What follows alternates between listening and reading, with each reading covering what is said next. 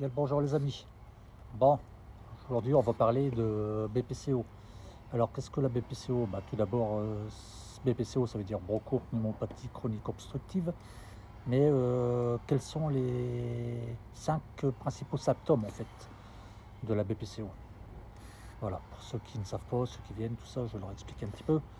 Alors les 5 principaux symptômes pour diagnostiquer aussi la BPCO, en fait avoir un doute sur la BPCO.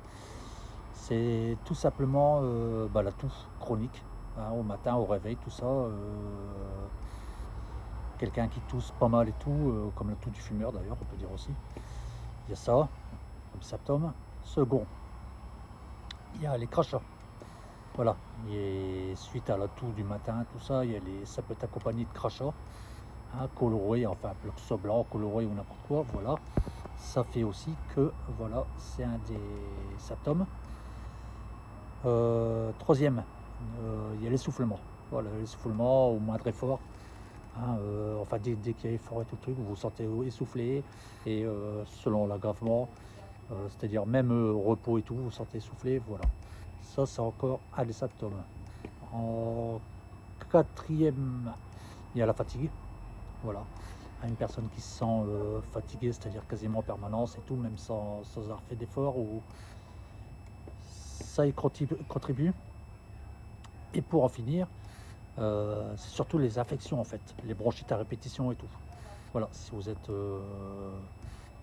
amené à avoir des bronchites assez régulièrement et tout le truc, n'hésitez pas à consulter déjà votre médecin traitant ou voire même pneumologue si vous êtes suivi.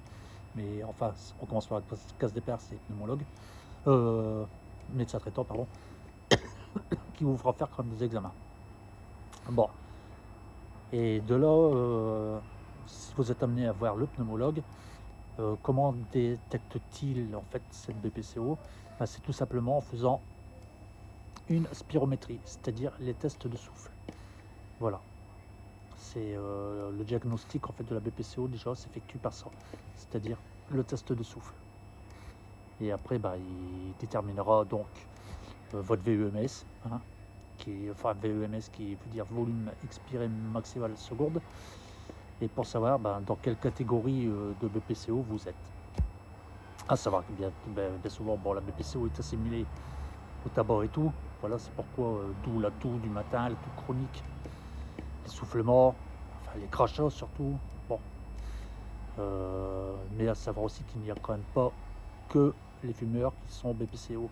Il y a des BPCO aussi qui sont plus rares mais génétiques, c'est-à-dire avec les enzymes en alpha 1. Voilà. Et c'est vraiment génétique, c'est vraiment des cas à part. Mais voilà, dans tous les cas, tout ce qui est exposition aux poussières professionnelles, exposition à la pollution, l'amiante, enfin tout y contribue. Et bien sûr le tabac. Voilà. C'était une petite piqûre de rappel pour ceux qui connaissent et puis pour ceux qui ne savaient pas. Voilà.